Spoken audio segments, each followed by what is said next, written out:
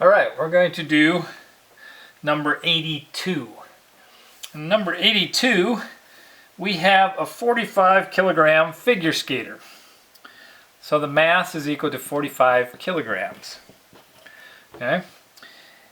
And she's spinning on her toes at an initial velocity of 1 revolution per second. So be careful, it's not per minute, it's actually 1 revolution per second.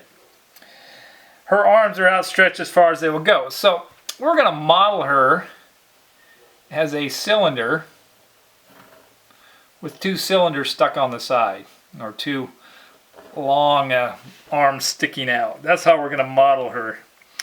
And so we're going to do this as a cylindrical torso, which is a 20 centimeter average diameter. So we're going to say the radius is equal to 0.10 meters.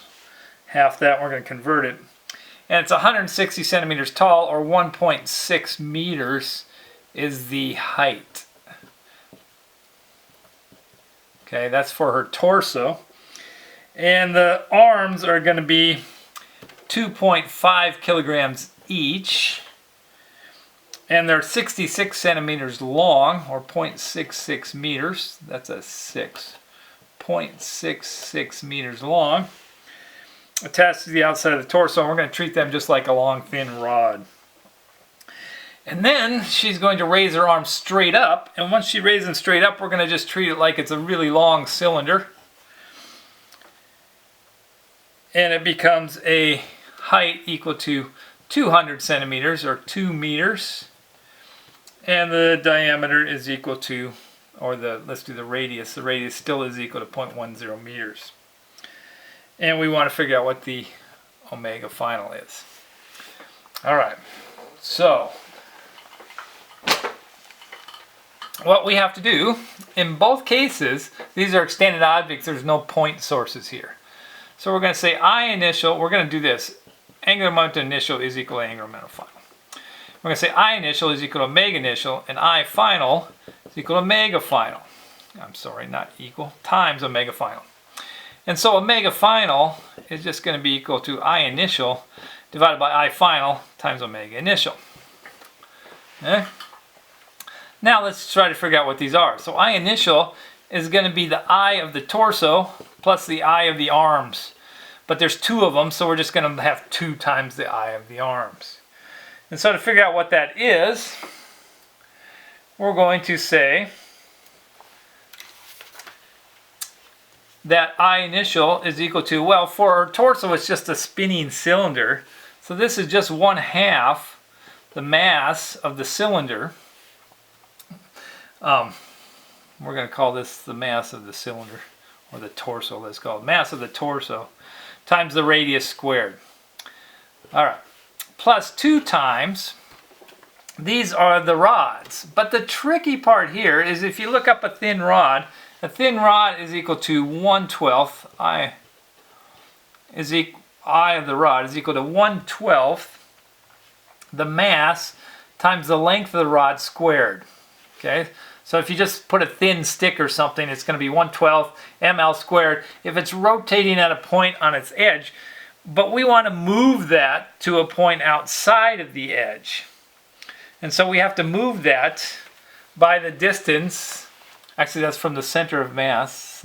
We have to move that so the rotation point is actually here, because this is where it's spinning about.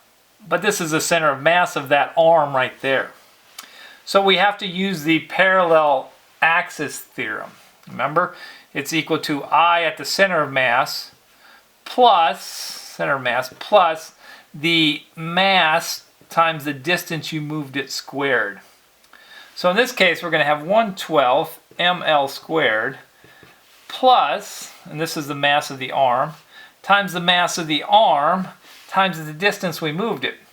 Well, these are 0.66, so the distance we're going to move it is 0.33. We're going to move it from there to the edge, plus we're going to move it 1 radius, so it's plus 10. That whole thing squared. Are you with me on this?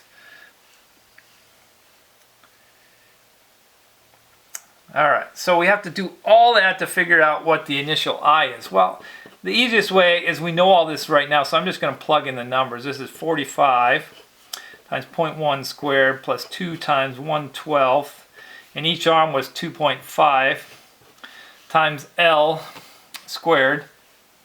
Well, in this case, L is 0.66 squared plus 2.5 times 0.33 plus 0.10, all that squared, all that there. Remember, I have to do 2 because there's 2 different arms. You do all that, you get the I initial is equal to 1.306 kilogram meter squared.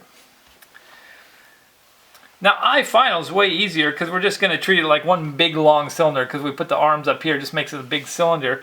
And this just becomes 1/2 the mass of the torso times the radius squared. Now the only thing we have to do here is we have to remember that the mass of the torso is not just 45 now. It would be 45 plus the 2 arms, because the arms are still here, it's just they're now part of the cylinder, times the radius of 0.1 squared.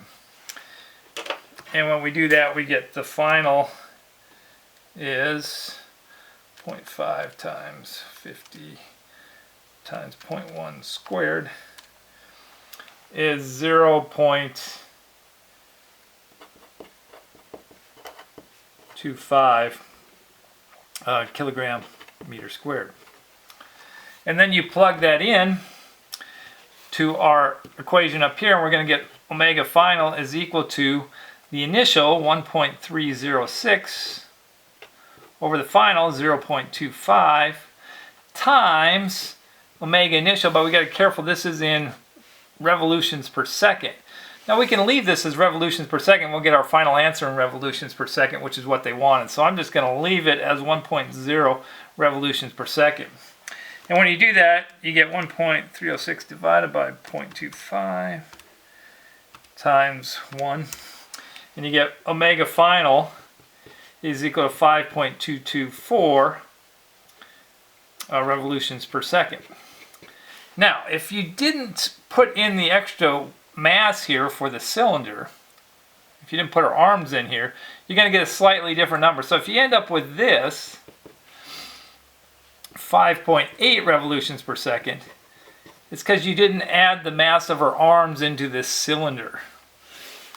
So you may see it this way or you may see it this way. Both of them depend on how you do it. This is the more correct way because the mass of the arms should still show up in the mass of the cylinders. That is number 82.